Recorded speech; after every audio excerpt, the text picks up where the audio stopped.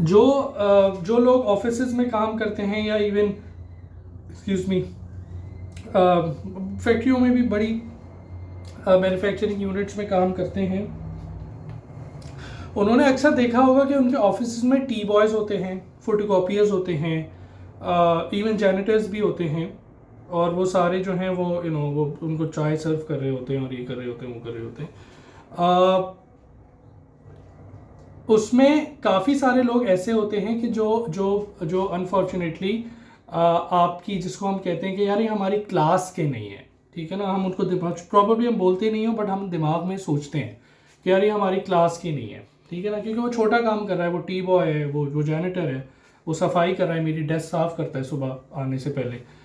तो ऑफिस आने से पहले। तो बाय द वे ये कनाडा में नहीं हो, कनाडा में ऑफिस में टी बॉयज़ नहीं होते, फोटोकॉपियर नहीं होते, जैनिटर्स होते हैं, वो क्लीनिंग सर्विसेज होती हैं, वो रात में आती हैं, जब आप काम करके चले जाते हैं तो रात में साफ़ करके चले जाती हैं, उनकी नाइट यूजुअली लेट शिफ्ट होती है। तो कोई टी बॉय का कॉन्सेप्ट नहीं होता, आपने चाय या कॉफ़ी पीनी है तो वहाँ किचन में वो रखी हुई होती है, सारा इंतज़ाम आप खुद बना के पी लें, चाहे आप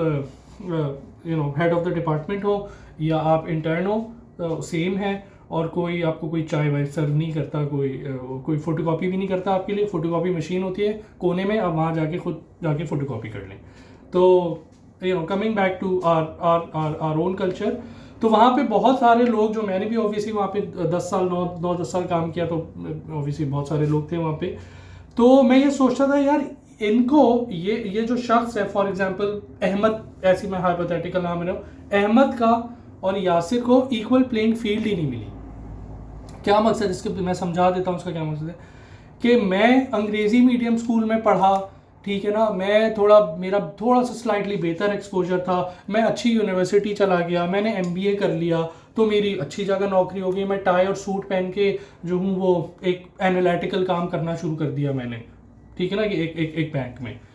जो अहमद था, जो कि अब मुझे अभी वो जो है वो कपड़ा लगा कर गया है मेरी टेबल पे, मेरी टेबल साफ़ करके गया है, उसका तो ये बैकग्राउंड नहीं था। तो क्या वो जो है सिर्फ मुझसे इसलिए छोटा है क्योंकि उसका बैकग्राउंड मुझसे सेम नहीं था, या मैं सिर्फ इसलिए आगे हूँ कि मेरा सोशल और फाइनेंशियल बैकग्राउंड उससे थोड़ा बेहतर था, या इन अदर वर्ड्स मैं प्रिविलेज था इसलिए मैं आगे हूँ। तो मैं अब उसको झड़क सकता हूँ, मैं उसको डांट सकता हूँ, अब मैं उसको कह सकता हूँ यार तुमने सही साफ़ नहीं की मेज़, आप उसने अगर सही साफ नहीं की आपकी मेज़, आप अच्छे तरीके से भी कह सकते हैं, लेकिन मुझे उसको गाली देना या मुझे उसको डांटना ज़रूरी है सिर्फ इसलिए क्योंकि उसका बैकग्राउंड जो है वो अनफॉर्चुनेटली आपसे बेहतर नहीं था। Excuse me. प्लीज़ एक काम करें, खुदारा एक काम करें, ये इंपॉर्टेंट काम है, ये किया जा सकता है, ये मुश्किल लगेगा सुनने में लेकिन ये किया जा सकता है, इट्स वेरी डूएबल। कई लोगों ने ये किया भी है, मुझे बताते भी नहीं। आपके साथ अगर कोई, आप समझते हैं कि कोई मेहनती बच्चा आपके ऑफिस में है, वो फोटोकॉपियर है या वो टी बॉय है, मैं दो उसके पार्ट ए और B, मतलब 1 और 2 बताता हूँ। तो पार्ट 1 ये है, अगर वो आप में लगता है कि वो मेहनती है, उसमें अर्ज है, वो थोड़ा ऑनेस्ट भी है,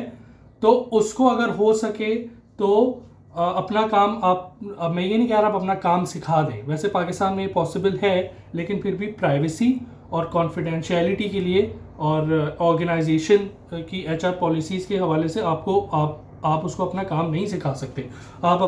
अपने अकाउंटिंग के और अपने का मतलब क्लाइंट्स के अकाउंटिंग के और टैक्स के डॉक्यूमेंट्स और क्रेडिट के डॉक्यूमेंट्स और इनकम स्टेटमेंट्स तो उसको नहीं दिखा सकते प्राइवेसी की वजह से, लेकिन आप उसको थोड़ा सा नो हाउ दे दें काम की, और उसको आप थोड़ा रफली बताएं अपने काम के बारे में, ताकि उसका एक्सपोजर बढ़े और उसको इंटरेस्ट डेवलप हो। फिर हो सकता है उसको HR से इजाज़त मिल जाए, फॉर्मली या इनफॉर्मली, या आपके बड़े बॉसेस हैं उनसे आप इनफॉर्मली इजाज़त ले लें कि मैं इस अहमद को थोड़ा सा काम सिखा दूँ, थोड़ा सा बता दूँ, प्राइवेसी वाला नहीं, वो काम जो कि एक जनरल इन्फॉर्मेशन है, वो काम मैं उसको सिखा दूँ, वो आपको इजाज़त मिले होपफुली, और आप उसको फिर ये करें, तो वो आपने उस अहमद की, उस बच्चे की नस्ल बदल दी। वो सदका जारिया है, वो सवाब आपको मिलता रहेगा, लेकिन आपने जो उसकी उसकी उसकी पूरी जनरेशन में जो कंट्रीब्यूशन कर दिया ना, मिसाल के तौर पे अहमद जब 60 साल का होगा तो अपने पोतों से बोलेगा, यार एक साहब थे कुद्दूसी साहब, ऐसे हाइपोथेटिकल नाम ले रहा हूँ थोड़ा फनी सा भी, कुद्दूसी साहब जो थे उन्होंने मुझे काम सिखाया था जब मुझे कोई काम नहीं सिखाता था, और कुद्दूसी साहब की वजह से मैं जो हूँ टी बॉय था और मैं कैशियर लग गया था बैंक में, या मैं जो हूँ कोई मैंने फिर वहाँ से फ्रॉम द स्क्रैच मैंने वहाँ से फिर ऑफिस में स्टार्ट किया प्रोफेशनल काम, और मैंने एंड किया ब्रांच मैनेजर, मैं अब ब्रांच मैनेजर बन के रिटायर हुआ मिसाल के तौर पे। तो उसके पोते जो होंगे वो ऑब्वियसली थोड़ा सा उससे बेहतर एक्सपोजर होगा, थोड़े पढ़े लिखे होंगे, तो उनकी पूरी जनरेशन अपलिफ्ट हो गई, वो गरीबी की साइकिल से निकलकर मिडिल क्लास या अपर मिडिल क्लास में चले गए। तो आपने तो मुआवजा कर दिया। तो ये एक डुएबल काम है, वो किया जा सकता है। दूसरा डुएबल काम ये है कि अगर आपको कोई ऐसा टी बॉय या सफाई करने वाला नज़र आए जो कि बड़ी उम्र का है, ठीक है, और ऑब्वियसली वो मिसाल के तौर पे कोई एक 55 साल के साहब हैं, मिसाल के तौर पे नूर साहब, आपके ऑफिस का टी बॉय है नूर साहब 55 साल के हैं, तो नूर साहब को तो आप काम नहीं सिखा सकते ना, अब प्लस उनमें इतने नंबर ऑफ ईयर्स भी नहीं है, अगर उनको अपॉर्चुनिटी मिल भी जाए तो आप नूर साहब से कहें, नूर साहब आपका जो आप मुझे बता रहे थे कि आपका जो बेटा है जिसने अभी मैट्रिक किया है, जो अभी जो इंटर में है, उसको ज़रा अगर हो सके तो उसको मुझे ज़रा मिलवाइए। तो वो पहले तो वो हैरान होंगे कि यार ये सूट टाई वाला आदमी, बाबू टाइप का आदमी जो है मेरे बच्चे से मिलने की का शायक है, तो वो उनको पहले समझ में नहीं आएगा 15 मिनट कि उनके साथ के, फिर उनको थोड़ा सा बताएं कि उसको लाएं, मैं ज़रा उसको दिखाऊंगा कि ऑफिस कैसा है, इस बहाने से। ये थोड़ी कि आप काम उसको प्रॉपरली मैं उसको पूरा चार्टेड अकाउंटेंट बना दूंगा।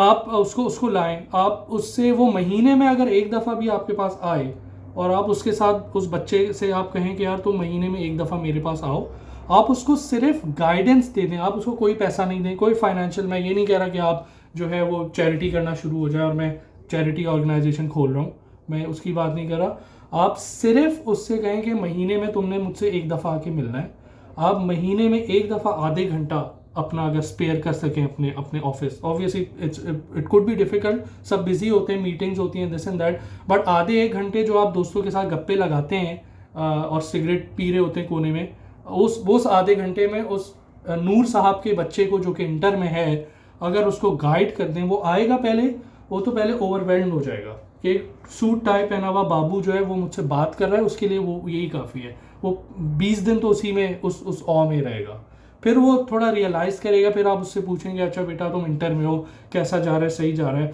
आगे तुम्हारे क्या इरादे हैं, तुम्हें पता है आगे बीकॉम करते हैं तो फिर थोड़ी सी और अपॉर्चुनिटीज़ मिल जाती हैं, बीकॉम 2 साल का होता है, उसमें थोड़ी सी उसको इन्फॉर्मेशन दें, हो सकता है वो कर ले, फिर वो करे, फिर तुम देखो तुम ये कर लिया, लेकिन और अच्छी अपॉर्चुनिटी तुम्हें मिलेगी अगर तुम एमकॉम कर लो। MBA भी एक ऑप्शन है, उसमें थोड़ा सा पैसे लगते हैं, मैं कोशिश करता हूँ कि मैं फाइनेंशियल असिस्टेंस जो है वो हमारे एक ऑफिस का हमारी ऑर्गेनाइजेशन का एक थोड़ा सा फंड होता है जो कि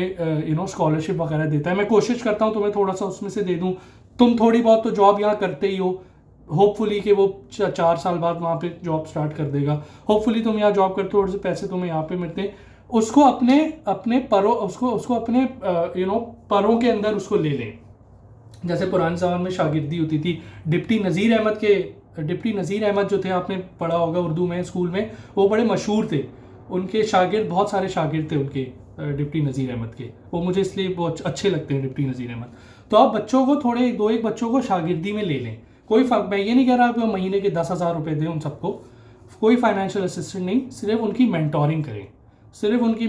करें, तो वो नूर साहब का जो बच्चा है उसको भी अपॉर्चुनिटी मिलनी चाहिए, सिर्फ इसलिए क्योंकि उसका अब्बा टी बॉय था, तो वो भी टी बॉय ना बने, वो भी आपके बराबर आए, और जब आपके वो बराबर या आपके बच्चे के बराबर आ जाएगा, फिर मज़ा आएगा कि इक्वल प्लेइंग फील्ड होगी, तो फिर देखेंगे। ये मुश्किल है हजम करना इस बात को कि आपके बच्चे में दम था या नूर साहब के बच्चे में दम था, अगर किसी एक अपॉर्चुनिटी के लिए दोनों कम्पीट कर रहे हैं। इक्वल प्लेइंग फील्ड तो फराहम करें, फिर ये ना कहें ना सोसाइटी में कि यार सोसाइटी में जाहिल लोग हैं या गरीब लोग हैं, या यार माहौल अच्छा नहीं है, मैं जाऊँ तो मेरी वाइफ को बाहर लोग देखते हैं, मेरी बेटी को बाहर देख रहे होते हैं। आपने उनको अपलिफ्ट करें, उनको एक्सपोजर दें। जब वो ऑफिस में आएंगे, लड़कियों को काम करता हुआ देखेंगे, तो उनको समझ में आएगा ये भी एक स्पीशीज़ होती है, इनको भी वो भी हमारी तरह नॉर्मली हैं, उनसे भी नॉर्मली इंटरेक्ट करना होता है जैसे मैं अपने मर्द दोस्तों से करता हूँ। तो वो सारा पूरा जो एक फैब्रिक है सोसाइटी का, वही आहिस्ता आहिस्ता चेंज हो जाएगा। अब यहाँ पे वेस्ट में कोई लड़की जा रही होती है, कोई किसी को देख भी नहीं रहा होता, उनके लिए कोई है ही नहीं बड़े, उन्होंने स्कूल में देखा है, ऑफिस में देखा है, कोई बड़ी चीज़ है ही नहीं उनके लिए, तो कोई उनको यहाँ कोई देख ही नहीं रहा होता। तो ये सारी चीज़ें आहिस्ता आहिस्ता सोसाइटी में फिर ये रिफ्लेक्शन होने लगेगी इसकी। उसमें आपका कंट्रीब्यूशन यही है कि आप जो है आधा घंटा अपने वक्त का महीने में एक दफ़ा या 2 हफ्ते में एक दफ़ा उस नूर साहब के बेटे को भी दें please. I hope you get my point. Thank you.